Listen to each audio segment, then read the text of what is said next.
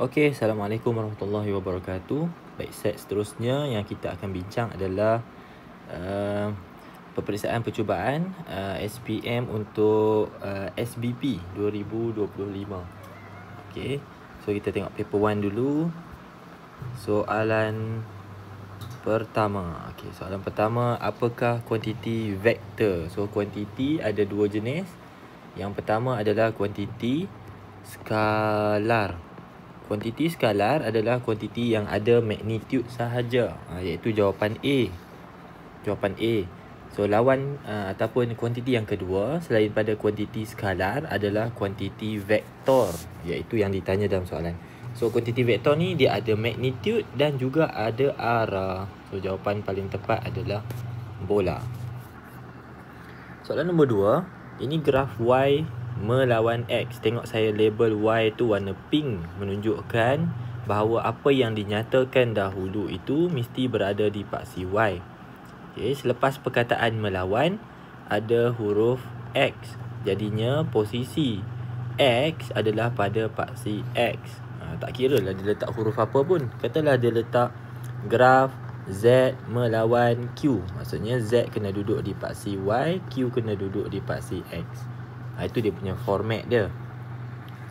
Jadi tengok bentuk graf. Soalan tanya yang manakah mewakili graf tersebut. Soalan saya, adakah graf ini graf lurus? Tidak. Kalau bukan lurus, maka jawapan D confirm salah.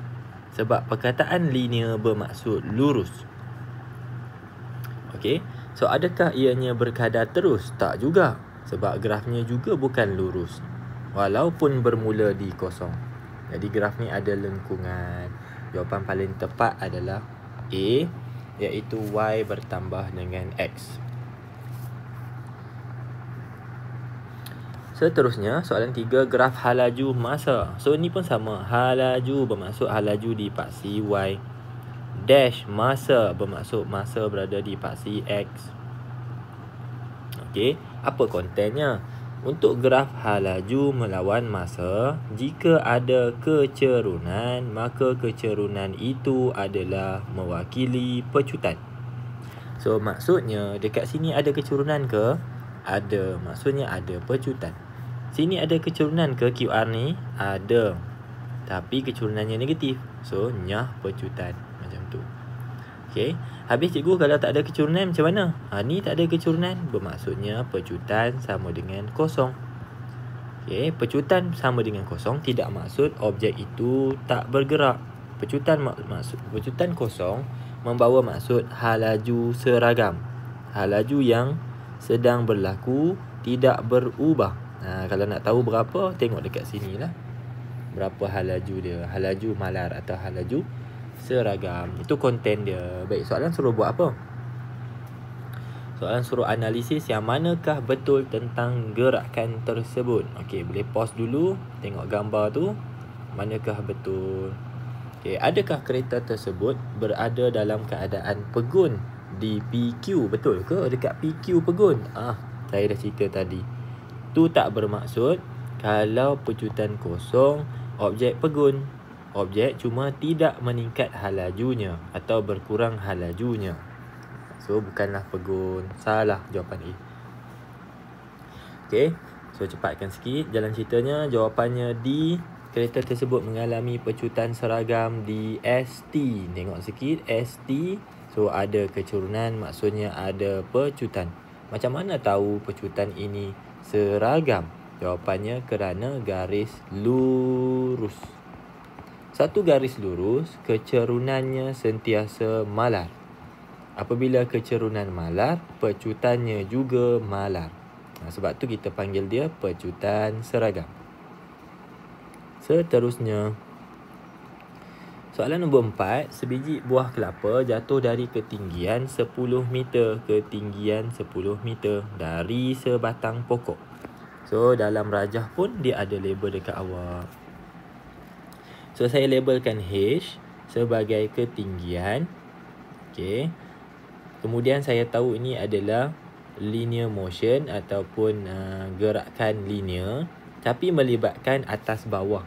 Apabila melibatkan atas bawah, saya akan guna formula daripada linear motion, tetapi saya tukarkan bahagian A kepada G.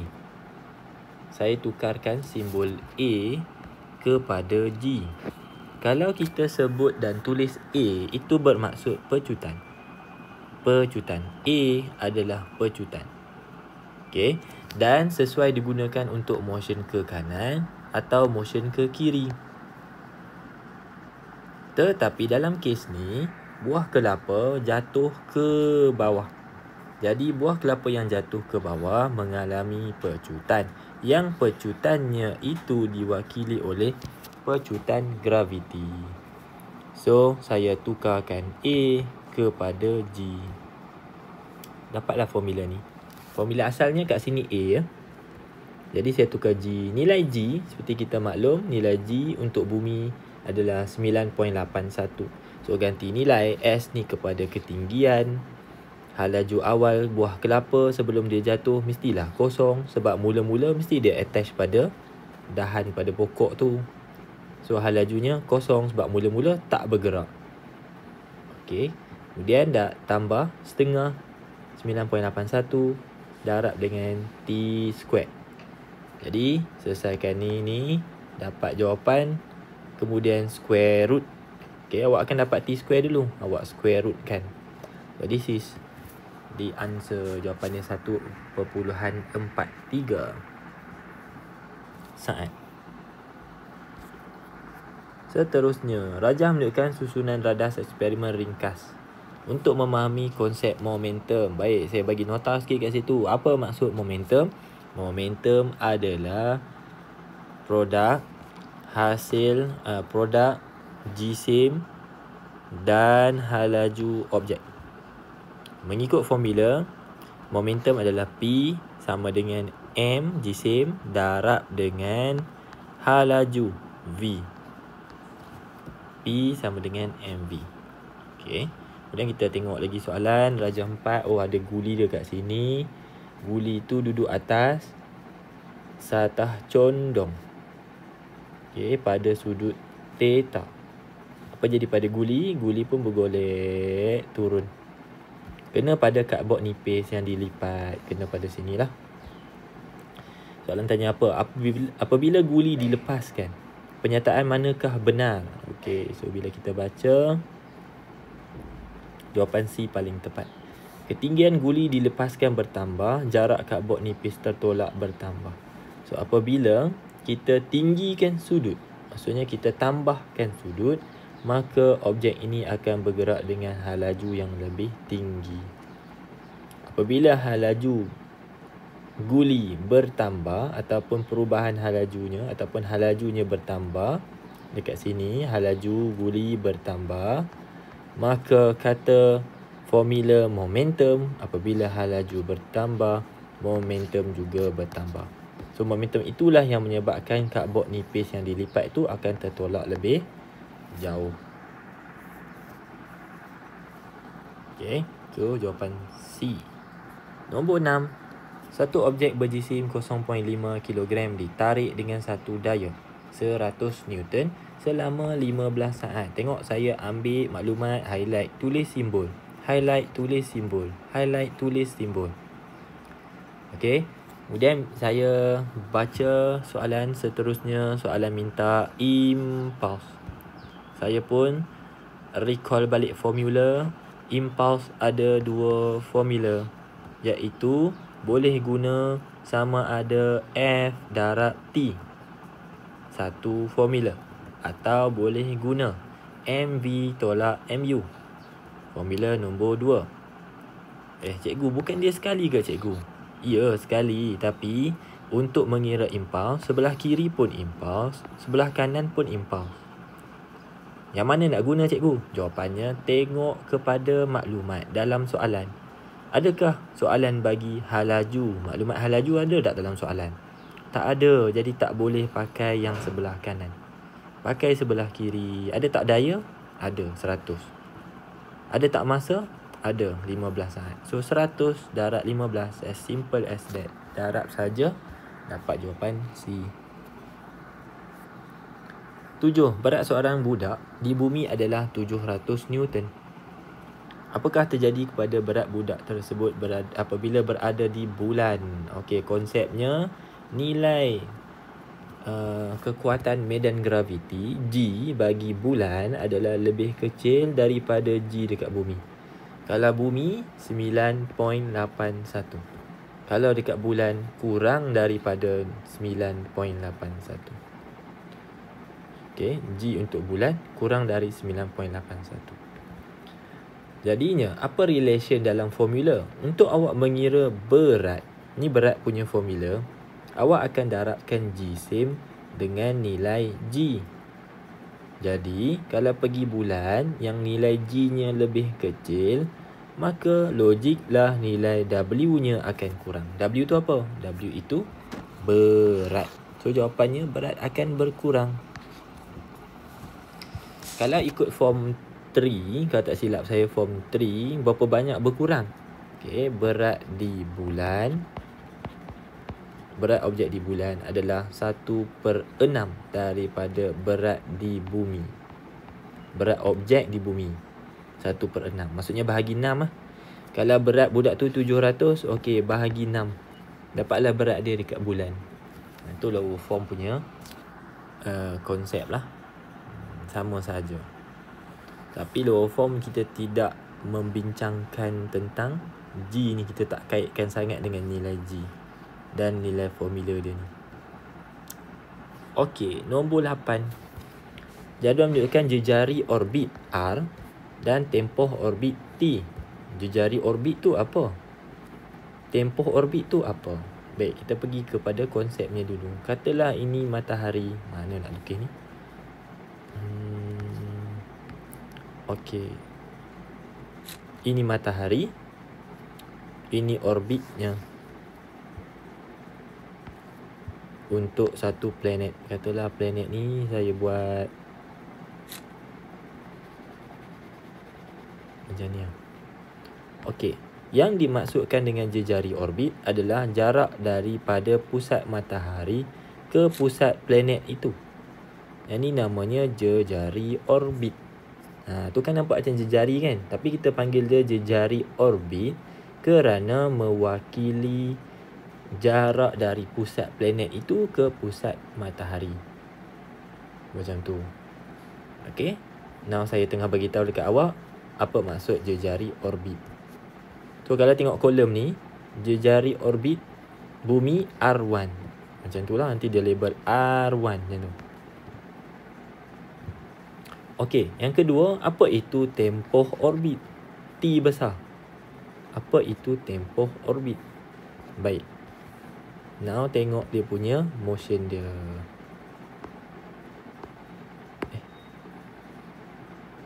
Boleh? Oh wah. Dia tak gerak sekali Baik. Tengok. Saya akan set masa. Tak tahulah awak boleh nampak ke tak. Boleh ke set masa? Mana dia? Jam. Okay. 1, 2, 3. Saya start masa. Allah, tak nampak. Saya gerakkan ni. So, ni perbuatan planet itu mengorbit. Nampak? Saya harap boleh nampak lah. Perbuatan planet itu mengorbit matahari. Okey. Cukup je satu putaran lengkap. Saya stop. Endkan masa. So, seperti kalau awak boleh nampak, masa yang diambil adalah 23 saat. Okey, dalam kes ni lah, dalam contoh ni 23 saat. Apa itu 23 saat? 23 saat itulah kita panggil dia tempoh orbit. So, tempoh orbit apa? Tempoh orbit adalah masa yang diambil untuk satu-satu planet untuk mengorbit dan membuat satu orbit lengkap. Satu orbit lengkap. Masa tau. Ianya adalah masa yang diambil untuk buat satu orbit lengkap. Daripada sini, pergi orbit sampai patah balik. Tu, masa dia tu kita panggil jejari orbit. Okay. So, dalam konsep ni, kita kenal dan kita belajar bahawa Semakin jauh satu-satu planet itu dari matahari, atau semakin panjang, semakin bertambah jejari orbit, maka semakin bertambahlah masa yang diambil untuk planet itu membuat satu kitaran lengkap atau orbit lengkap, satu orbit lengkap. Atau dalam perkataan yang lebih formal, kita nyatakan dalam bentuk ini. Semakin bertambah jejari orbit, semakin bertambah tempoh orbit.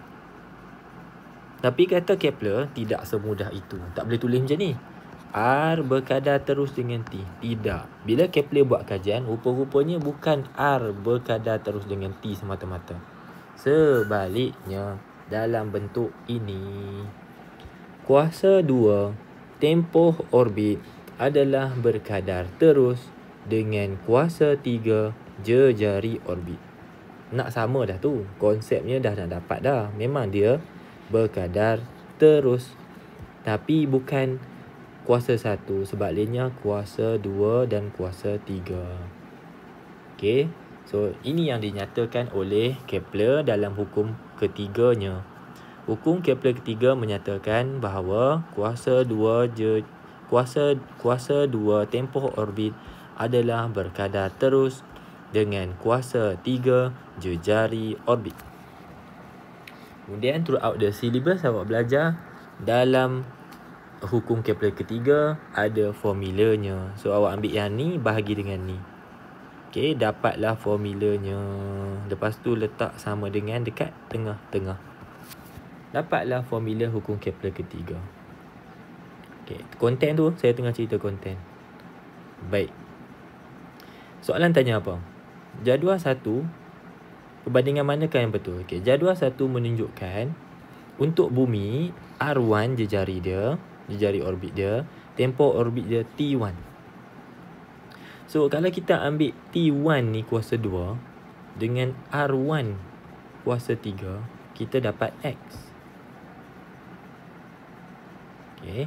Awak sedar tak yang sekarang ni soalan ni tengah suruh awak buat macam ni. So T1 kuasa 2 bahagi R1 kuasa 3. Yang ni untuk bumi tau. Lepas tu untuk Marikh, T2 kuasa 2 bahagi R2 kuasa 3. Untuk Zuhal, T3 kuasa 3 bahagi R3 kuasa 3. Kuasa 3 pula. Kuasa 3. Betul? Ni kuasa 3. Silap yang atas ni kuasa 2. Saya pun tersasul. Sorry. Kuasa 2. Yang atas kuasa 2. Baik. Macam mana kita tahu jawapan dia D? Jawapannya D kerana menurut formula hukum Kepler ketiga, untuk awak bahagi T2 dengan R3, awak akan dapat jawapan sama.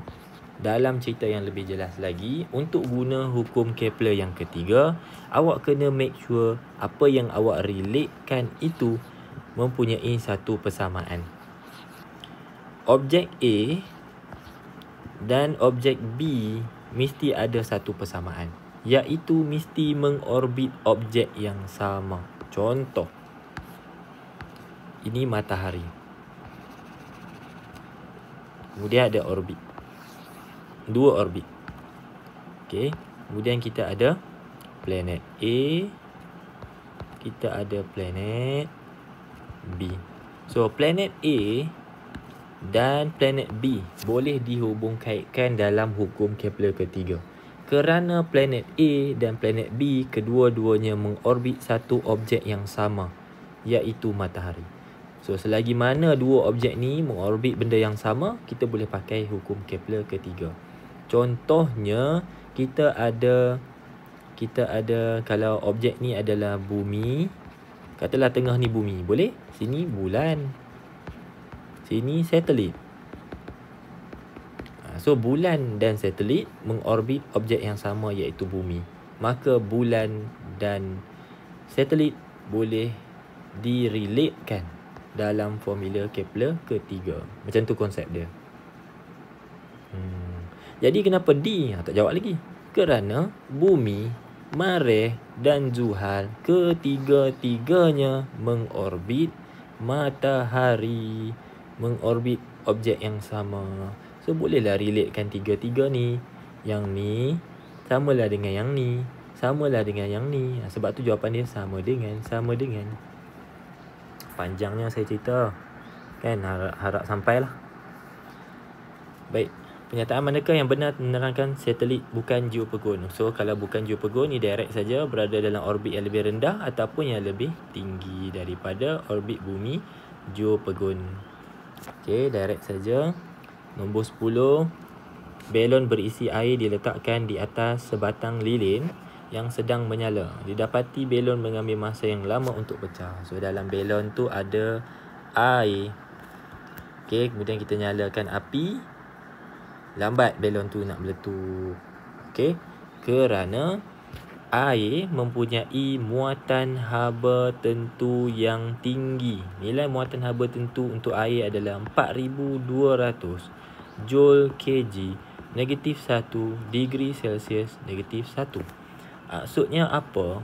Air dia perlukan haba sebanyak 4200 Joule untuk 1 kg. Barulah temperature dia naik 1 darjah Celsius. Itu maksud dia. Haba dia perlukan berapa tadi? 4200 Joule. Untuk siapa? Untuk 1 kg air. Untuk apa? Untuk naik suhunya sebanyak 1 darjah Celsius. Wah, nak naik 1 darjah Celsius perlukan sampai 4200 Joule. Punyalah banyak haba. Jadi itu maksudnya muatan haba tentu bagi air lebih tinggi. So bila haba yang diperlukan lebih banyak, maka lambatlah air ni lambatlah belon ni nak meletup. Tengoklah, pakai lilin je pun. Lilin berapa banyak aja haba boleh bekal dalam satu-satu masa, kan? 11. Apabila suhu 500 ml udara, saya labelkan V, itu adalah isi padu, meningkat daripada 23 kepada 43, saya labelkan T1, T2 sebab itu adalah suhu di bawah tekanan malar. So tekanan malar saya terus buat segitiga untuk hukum gas. Tekanan malar, soalan bagi tahu tekanan malar, saya pun padam tekanan. Bila padam tekanan, V dengan T. Okey, C. C adalah hukum Charles. Formulanya adalah V bahagi T. V1 bahagi T1 sama dengan V2 bahagi T2. Macam tu. Tu teknik lah. Teknik saya lah. Bukan teknik saya. Teknik cara saya jawab soalan ni. Alhamdulillah. Okey. So, ini soalan multiple choice yang ada pilihan Roman. Yang jenis 2 kot kalau tak silap saya nama dia. So, awak kena tengok pilihan jawapan untuk Roman dulu. Tenaga kinetik molekul adalah tidak berubah. Salah. Sebab apa salah soalan nombor 1? Tenaga kinetik ni apa? Tenaga kinetik berlaku apabila molekul bergerak. Okey, molekul bergerak. Soalan kata tidak berubah. Baik. Dalam hukum Charles, kita ada temperature. So, apabila temperature meningkat atau temperature menurun, itu mempengaruhi tenaga kinetik. Contoh, kalau kita panaskan, dalam kes ni kita panaskan. Maksudnya dari 23 sampai 43. Maksudnya kita panaskan lah tu. Sebab tu suhu naik. Apabila suhu meningkat, suhu atau haba itu diambil oleh molekul udara. Molekul udara bila dia dapat tenaga haba, dia tukar kepada tenaga kinetik. So, dengan tenaga haba tadi tu menyebabkan tenaga kinetiknya bertambah. Jadi, molekul akan bergetar lebih laju dan berlanggar lebih kerap. So, salahlah nombor 1. Sebab ada temperature. Contoh yang tenaga kinetik tak berubah adalah hukum Boyle. So, kita padam temperature. Hukum Boyle tenaga kinetik tak berubah. Okay. So, nombor 1 dah salah. Nombor 2, bilangan molekul udara tidak berubah, betul. Tak jadi apa-apa pun dekat molekul udara. Bilangan dia dalam 3 hukum. Baik, nombor 3 kena tentukan melalui pengiraan. Nombor 3, peningkatan isi padu adalah 33.78. Baik, bila kita kira menurut formula, jangan lupa suhu bagi T1 dan T2 mesti ditukar ke dalam suhu mutlak. Suhu mutlak. Apa itu suhu mutlak? Suhu mutlak adalah suhu yang berada dalam unit Kelvin. Macam mana nak tukar Kelvin, cikgu? Tambah 273. Suhu 23 adalah suhu awal. Kena tambah 273. Dalam hukum gas jangan lupa suhu semua kena dalam Kelvin. Itu kita panggil suhu mutlak. Suhu mutlak. Okey, selesaikan matematik, dapat jawapan V2 533.78. V2 bermaksud isi padu akhir. Isi padu awal berapa? Isi padu awal adalah 500. Itu isi padu akhir 533. Cuba cari beza. Dapatlah 33.78. So nombor 1, nombor 2 betul. Jawapannya C. 12. Raja menunjukkan satu gelombang melintang. Okey, yang manakah menunjukkan panjang gelombang? Panjang gelombang, untuk satu-satu gelombang ni kita boleh cari jarak. Sama ada kita cari dari puncak ke jarak dari puncak ke puncak, jarak daripada lembangan ke lembangan, jarak dari mampatan ke mampatan, jarak dari regangan ke regangan. Depends kepada apa yang soalan bagi dalam rajah. So kita tengok ni gelombang melintang, kita boleh cari puncak. So Q adalah puncak, W adalah puncak. So jarak daripada puncak ke puncak yang berturutan. Ingat ya, berturutan. Berturutan means awak tak langkau mana-mana bahagian. Berturutan, yang ni betul-betul sebelah dia. Ni puncak. Itu lambda. So jawapannya adalah Q dan W. Q dan W. 13. Graf sesaran melawan masa. So sesaran melawan masa, sesaran dekat paksi Y, masa dekat paksi X. Dan dinyatakan dalam soalan, bandul itu mengalami pelembapan. Apa itu pelembapan? Pelembapan adalah fenomena yang mana amplitude berkurang dengan masa. Amplitude berkurang dengan masa. Kalau ikutkan konten bagi tajuk gelombang, amplitude tu adalah sesaran maksimum daripada kedudukan keseimbangan ataupun kosong. Ni kedudukan keseimbangan. Kalau tak ada ayunan dekat sini, tempat dia kosong. So dia berayun paling maksimum dekat mana? Oh, dekat sini. Ni maksimumnya. Jadi amplitude adalah sesaran maksimum dari kedudukan keseimbangan. Bila awak cuba melabel semua amplitude yang awak nampak pada rajah, awak perhatikan bahawa amplitudenya semakin lama semakin berkurang. Bila masa berlalu, amplitude makin kurang. Itu kita panggil pelembapan. Bukan susah pun. Pelembapan tu fenomena yang mana amplitude berkurang dengan masa. Kenapa berlaku? Sebab geseran, sebab sistem. Dia adalah faktor-faktor luaran dan dalamannya. Soalan tanya apa? Yang manakah betul? Jadi bila baca soalan, perkataan amplitude berkurang tak ada. Yang ada amplitude bertambah. Oh, salah. Amplitude mana bertambah? Amplitude berkurang. So the twist here is for you to understand amplitude itu juga mewakili nilai tenaga. Semakin bertambah amplitude, semakin bertambah tenaga. Sebaliknya, kalau amplitude berkurang, maka tenaga ayunan juga berkurang. So jawapannya jadi A. Ke mana tenaga tu hilang? Dalam bentuk haba, dalam bentuk geseran, dalam bentuk bunyi, kalau soalan tanya. 14. Pantulan gelombang. So gelombang pergi, kena dekat dinding konkrit, terpantul ke bawah. Yang manakah betul? Ingat, dalam pantulan semua tak berubah. Dalam pantulan semua tak berubah. Apa maksud semua tak berubah tu? Frekuensi tak berubah, panjang gelombang tak berubah, laju tak berubah, amplitude tak berubah. Satu saja yang berubah. Ada satu saja yang berubah, iaitu arah perambatan. Arah perambatan gelombang saja berubah. Kena sini dish tu orang bawah. Tu ada sound effect dah tu. Okey, arah saja berubah. Lain-lain tak berubah. Kalau awak ukur lambda masih sama. Awak ukur laju masih sama. Awak ukur amplitude masih sama. Untuk KSSM tingkatan 5 nanti masuk dekat universiti lain lah cerita dia. So yang manakah betul? Selain daripada semua benda sama, awak kena tahu bahawa seperti mana awak belajar di lower form, sudut tuju sentiasa sama dengan sudut pantulan. Ini yang dinyatakan dalam hukum Snell. Apa maksud sudut tuju tu, cikgu? Kalau awak lukis dan lukiskan dengan lengkap. Tengok saya cuba sambungkan dengan lengkap lah.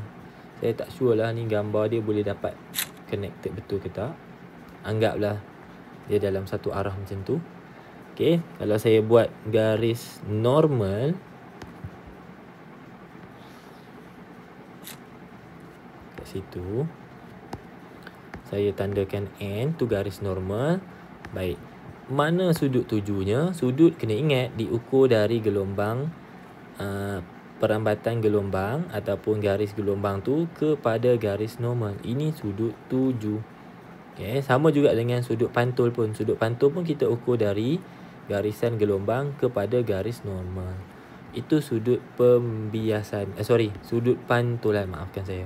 So sudut tuju sama dengan sudut pantulan. Okay, yang ni dinyatakan dalam hukum Snell. Kalau sudut tuju 20, sudut pantulan juga 20 darjah. Macam tu. Itu konsep pantulan.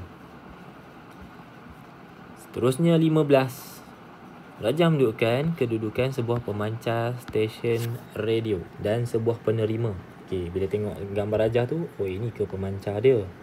Maksudnya ini yang dekat stesen radio. Berdekatan dengan stesen radio, mungkin di KL ke. Lepas tu ada satu gunung tu, barulah jumpa kawasan receiver dia ni. Jadi gunung ni bertindak sebagai halangan. Dalam tajuk gelombang, macam mana saya tahu tajuk gelombang? Sebab atas ni gelombang, dia dah start masuk gelombang kan. So dia dah masuk pantulan, mesti dia nak masuk fenomena seterusnya selepas pantulan. So saya pun fikir-fikir, oh ada halangan. Cikgu saya kata kalau ada halangan ataupun ada gap, ada bukaan, itu adalah fenomena pembelauan. Okey, so jawapannya gelombang dibelaukan. Pembelauan tu apa? Pembelauan ni kita tak biasa guna dalam kehidupan seharian kita. Pembelauan ni adalah istilah bagi menggambarkan penyebaran, tersebar. Sebab tu kita kena relatekan perkataan. Sebab kita tak biasa guna. Kalau pantulan, banyak kita guna dalam kehidupan. So pembelauan kena ingat, pembelauan adalah penyebaran, tersebar. Macam mana boleh tersebar tu? So bahagian yang terkena pada halangan, akan berubah arahnya. Awak tengok yang warna biru, saya lukis muka gelombang. So dekat atas, muka gelombang dia masih lurus. Kalau ada halangan, dibengkokkan. Yang bengkok ni bentuk circular tu, yang itulah maksud dia disebarkan. So kalau ikut-ikut, tak bolehlah lukis yang ni kan. Sebab dah kena halang dengan gunung. Ni gelombang yang saya tengah conteng ni. Sini tak boleh lah. Sebab kan ada gunung. Patutnya yang ni satu je lah yang terlepas. Betul tak? Salah. Kerana disebabkan fenomena pembelauan, gelombang akan disebarkan. Sebab itu masih lagi boleh sampai kepada penerima.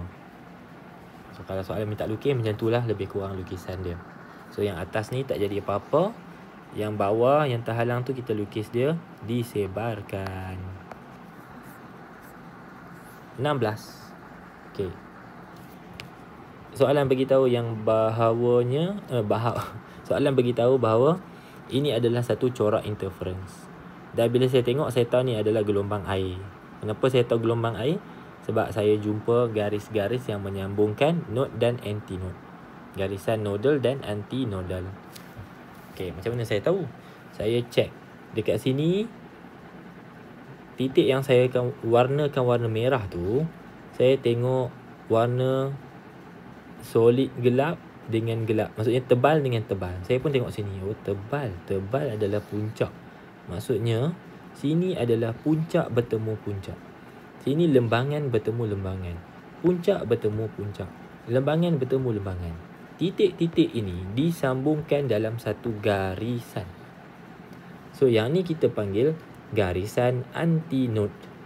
Garisan antinode. So, yang warna kuning saya highlight tu garisan antinode. Ni pun garisan antinode. Yang ni pun garisan antinode. Ada 3 garisan antinode. Okey. Dan dalam konten saya belajar jarak di antara, awak belajar, bukan saya belajar, saya mengajar. Jarak di antara 2 garisan antinode adalah diwakili oleh X. So, sini pun X juga. Bermaksud ada 2X dalam 12 cm. Sinilah soalan nak tipu awak. Dia bagi awak 12. Yang awak akan ganti dalam formula bukan 12. So, awak kena tengok, oh sini X. Sini pun X juga. So, ada 2X. Bermaksud X bukanlah 12. X adalah 6. So, masuk dalam formula 6 kali 3, 18. Bahagi 8 dapat 2.25. Untuk cari lambda. Formula ni ada dekat senarai formula. Okay. Dalam set Terengganu pun kita ada bincang yang ni. Tapi kita bincang yang, kalau tak silap saya, bunyi ke macam mana. So, 17. Rajam menunjukkan satu spektrum elektromagnet. Apa maksud elektromagnet? Elektromagnet adalah satu gelombang yang medan elektrik dan medan magnetnya berayun 90 darjah ataupun berserenjang antara satu sama lain. Itu maksud gelombang elektromagnet. Okay, dia suruh isi je PQR tu ikut urutan. So, awak tengok gelombang radio belah kiri, belah kanan confirm gamma. Okay, kalau belah kanan ni radio, sebelah kiri akan jadi gamma. Dia boleh terbalik macam tu. Tapi susunan masih sama. Okay, jawapan tepat adalah A. 18. Sinar cahaya ditujukan dalam sebuah blok kaca. Yang manakah betul? Okey. So, cahaya masuk dalam blok kaca. Yang ni udara. Sini udara. Sini blok kaca. So, ketumpatan optik tak sama. Okey, ketumpatan optiknya tak sama. Maka berlakulah pembiasan. So, jawapan betul. Yang manakah betul? Laju cahaya berkurang apabila memasuki blok kaca. Ialah daripada udara masuk ke kaca. Udara ketumpatan optiknya kecil. Kaca ketumpatan optiknya lebih besar. Jadi laju cahaya akan berkurang. Seterusnya 19. Satu sinar cahaya ditujukan pada sisi prisma kaca bersudut 45, 90, 45. Yang manakah benar? Dia bagi info dekat awak ni. Penting. Sudut genting adalah 42. Sudut genting adalah 42. So, nilai C 42. So, yang manakah rajah yang betul? Jawapannya D. Bila awak tengok cahaya masuk ni, kenapa cahaya tak terbias? Kerana cahaya masuk selari dengan garis normal. So, tiada pembiasan. Masuk straight je sampai ujung. Okay, sampai di bahagian sini, kita ukur sudut tuju. Kita dapat 45. Kemudian kita bandingkan sudut tuju kita yang nilainya 45 tu dengan nilai sudut genting 42.2. Oh, 45 lagi besar dari 42.2. Bermaksud sudut tuju lebih besar daripada sudut genting. This allows pantulan dalam penuh to occur. This allows total internal reflection to occur. So, berlakulah pantulan dalam penuh.